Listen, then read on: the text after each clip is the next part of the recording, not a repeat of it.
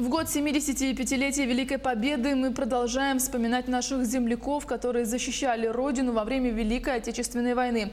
Одна из самых трагических дат для нашей республики – это 23 февраля 1943 года, когда в боях на озере Ильмень погибли сотни якутян, рассказывает Максим Кардозу.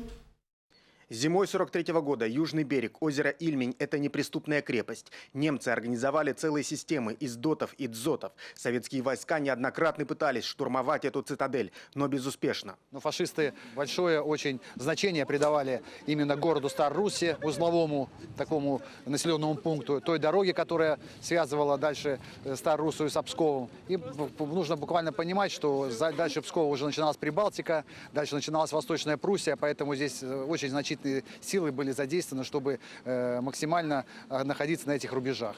В ночь с 22 на 23 февраля 3 отдельных лыжных бригады, в составе которых было 40% якутян, были брошены в новую атаку. Перед солдатами ставилась задача овладеть южным берегом на участке Устрика, Южин и мысом Восточнее.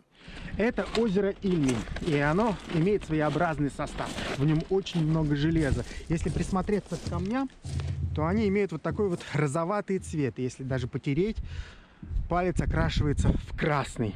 Местные жители говорят о том, что это камни, политые кровью. Это, конечно, всего лишь легенда, но здесь в 43-м году произошла страшная трагедия. Это южный берег озера Ильмень. Здесь были мощнейшие немецкие укрепления. И у советских солдат стояла задача взять их. Они шли лыжным отрядом по озеру, и их обнаружили всего лишь в 2 километрах от берега. Началась атака с берега, артиллерии. Поднялась авиация, и сотни бойцов погибли. Из 700 человек в том бою погибли больше 500. В память о молодых парнях, которым было 19-20 лет, здесь, на берегу озера Ильмень, установили мемориал воинам-якутянам. Каждый год сюда приезжают наши земляки, чтобы еще раз вспомнить о тех трагических событиях. Земляки отдают дань памяти той страшной битве. Конечно, этот памятный, мемориальный такой день, но он, с другой стороны, уже приносит положительные эмоции в той части, что очень много молодежи. Память действительно передается и сохраняется. И это видно именно вот на таких мероприятиях. Мы сюда приезжаем каждый год. Это как бы дань уважения. Мне здесь очень нравится. Я чувствую умиротворение, душевное спокойствие.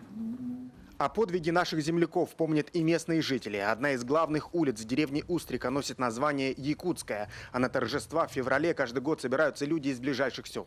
Традиционно тут проводятся лыжные соревнования, но в этом году ранняя оттепель внесла свои корректировки. И вместо гонки организаторы провели турнир по стрельбе. Максим Кардозу, Джур Березкин, Устрика, Новгородская область.